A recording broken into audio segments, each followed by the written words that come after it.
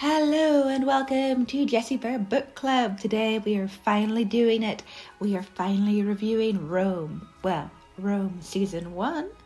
I first seen Rome when it came out on the BBC in 2006, but I wasn't really allowed to watch it because I was 11, so I used to sneak and my mum would let me watch a bit and then send me to bed before the sex scene started, so I never really got to watch it all.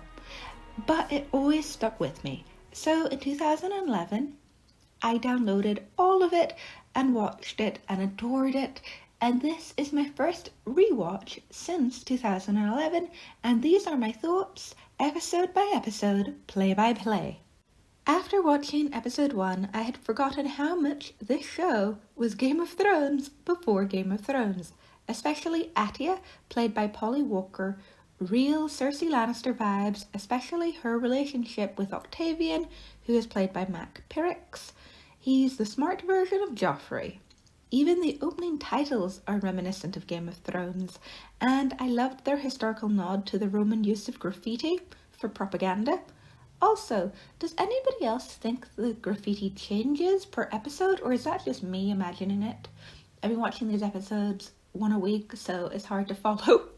In the second episode, we have intrigue, and I love it. But as for our protagonists, I cannot stand Vorenus, played by Kevin McKidd. I know he's in one of my favourite movies, Trainspotting, but that doesn't make up for the stupid plot and his stupid family in Rome. Honestly, I wish they'd cut this whole story out. It's just overdramatic and ridiculous, and I can't stand him. He is mean. No Vorenus. I know this is an unpopular opinion and most people love him, but he sucks.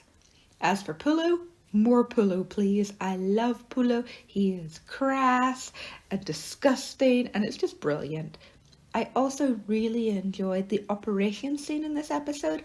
I thought it was very realistic, especially the head wound thing. If you know anything about historical operations, it all looked pretty damn good. The third episode has Caesar crossing the Rubicon, and this episode is less dramatic than you think it would be, but it does build character. Pullo, played by Ray Stevenson, giving Vorenus sex advice was golden, as was Pullo thinking he could fly to the stars on a bird. He is the best character in this show by far. Atia's family discussing who was going to kill who while they were under siege was Monty Python-esque in its silliness, but still somehow believable and incredibly funny. The fourth episode has Pullo with all the gold, and he is like a kid with cake, showing off. Amazing acting. I loved the wigs, makeup and outfits this episode. Absolutely amazing. I want all of them in my wardrobe. Also, naked Mark Anthony, played by James Purefoy. Woof. More of that, please. Meanwhile, Niobe's secret about her son is closer to coming out, but who cares? Not me. Blah blah blah blah blah. Also, love how in Rome you have to have a great feast before you can start a business. I wish people still did that here. Could you imagine somebody setting up like a Facebook business, selling candles or wax scents, and they have to have a feast? I would get so much free food. The best line in the fifth episode was definitely, he's lying, cut his thumbs off. Too much focus on the Niobe side plot though. Vorenus losing all his money and slaves that died was realistic, and I really liked that. It was also realistic that he would probably re-enter the army because that was something he was very good at. Pullo and Octavian are so funny together. They are probably the best duo in this show. Who cares about Vorenus and Pullo? I want Octavian and Pullo. Also, the sex graffiti was very historically accurate. Thumbs up there, as a history nerd. This is where the show starts jumping forward a little bit in time. So between episode 5 and episode 6, we have a 2-month gap, and moving forward there are gaps like this and larger ones between each episode. Some episodes even have a year-long gap. And I don't mind that. They actually show you it by people talking and dialogue throughout the TV show, so it doesn't bug me. I wish they had done this in Game of Thrones. It would have made way more sense. and the way it is done doesn't leave the audience confused. The quote of episode 6 was definitely, "Large penises are always welcome" by Atia. This was definitely a filler episode and plot building episode. And 100%, there was more sex this episode. Octavian losing his virginity, Vorenus finally getting it in with his wife, and Atia and Mark Antony getting it on again and again. This is definitely why the show gets a bad reputation. If you watched this episode out of context, you would just think it is softcore porn. But I guess the plot has to be moved along, and they have to keep their non-historical viewers interested with plenty of boobies. Episode 7 has me wondering why Niobe and her sister do not look alike. They look nothing alike.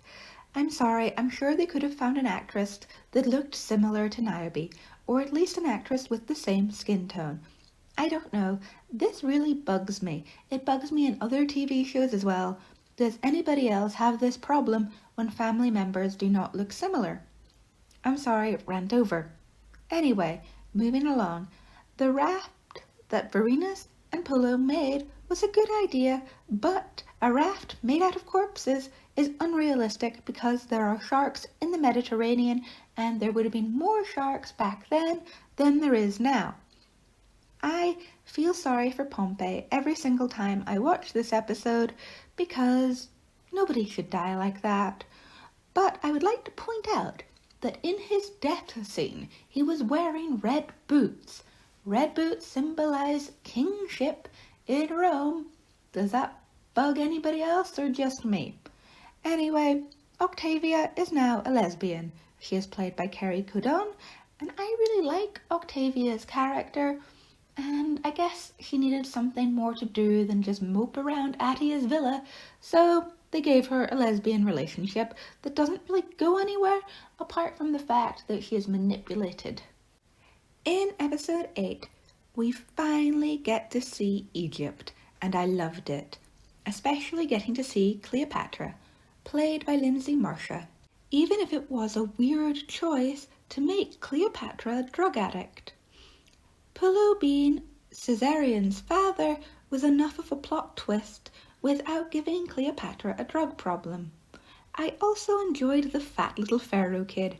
He was an amazing actor and so funny. I wish we'd got more of him. The sets for the Egyptian palaces looked a little bit below budget. Did they spend all their budget on lovely tents? Because palaces in Egypt I don't think would have sand floors. I don't know. Things like that irritate me. I don't know why. But all the makeup and wigs this episode were amazing. In episode 9, well, episode 9 is the incest episode. What more can you actually say? Octavian is so weird this episode. Going along with the whole incest thing, knowing Octavia wants something, and then after the fact, acting all disgusted about it. Ugh. So weird. Good acting, but weird. Rome definitely has its out there moments and seems more freaky than it probably was in real life. Vorenus getting a toga, who cares? But Pullo telling Irene that she looks like his mother and that his mother was also a slave, oh, that got me in the feels. The 10th episode is Caesar's triumph. This is probably one of my favourite episodes in the entire series, simply because the triumph looks so spectacular. The bit at the end of the show where the Gauls gather Vercingetorix's body to burn him and show him honour pulls on the heartstrings on every level. I also loved the fact that they painted Caesar's face red for historical accuracy. Loved it. But poor Pullo, not fitting into civilian life and not being allowed to march with the 13th. Episode 11 is encapsulated by Atia's quote, "Who is the beauty in the vulgar dress?" This episode is all about the characters trying to fit into the new Rome, trying to fit into Caesar's Rome. Undoubtedly the best scene in this episode was the Gladiator Fight, and it reminded me of Sand and Blood because who doesn't love a bit of gore? Also, would anyone want me to review Sand and Blood? Because I kind of loved it when it came out. I know it's silly, but maybe. Also, getting back to the show. The episode does do a good job of showing the building resentment towards Caesar, and of course we all know what is coming in the final episode. The final episode is of course the wrap-up episode, and you are reminded that about 5 to 6 years have gone on from the beginning of this season until the end of this season. I always find Caesar's death this episode a little bit lackluster. There is no "Et tu, Brutus." Ciarán Hinds dies amazingly though. He is such a good actor, but I feel like there could have been a little bit more dialogue drama going on. The same goes for when Atia is told about Caesar's death. She just goes quiet and numb, which is probably realistic, but I would like a little bit of, hair pulling out or screaming or something. Niobe killing herself is shocking. The first time I seen it, I was like, ooh, did not see that coming, but who cares because Niobe sucks. Per Vorenus though, but low-key per Vorenus because he's also annoying. Pullo and Irene walking off into the sunset though, holding hands, is so nice. I believe it symbolises no matter what happens in life, life goes on. And it's a nice wrap up as the credits roll. Everything is going to continue moving forward without Niobe and without Caesar. My final thoughts are that Rome is a fun show. Not overly historically accurate by any means, and completely oversexed, with too much emphasis on made-up characters. I would personally like to see more intrigue involving families, involving the Julii, involving Pompey's family. What happened to Pompey's children? But I'm not the writer, so I don't get a say. While I was watching this show, I've got it on DVD, a friend of mine came over to the house and was completely disgusted that I was watching it. The DVD case was sitting out and he said I was watching porn. But I'm a full-grown adult, and if I watch Rome, I swear I'm watching it for the plot. I'll probably watch the second season and review it on here as well. IMDb gave this season of Rome 8 out of 10, and Rotten Tomatoes gave it 83%. I agree with them. I also give it 8 out of 10. It is definitely the HBO frontrunner for shows like Game of Thrones, and it also inspired things like The Tudors and The Borgias and lots of other programming. So I think we all owe Rome a debt of gratitude if you enjoy historical fiction. If you enjoyed this review, remember to like, comment and subscribe to this channel. I have lots of other reviews about the Tudors, the Borgias, Reign, the Terror, also starring Ciarán Hinds. So check them out. See you guys next time. Et tu, Brutus. Bye.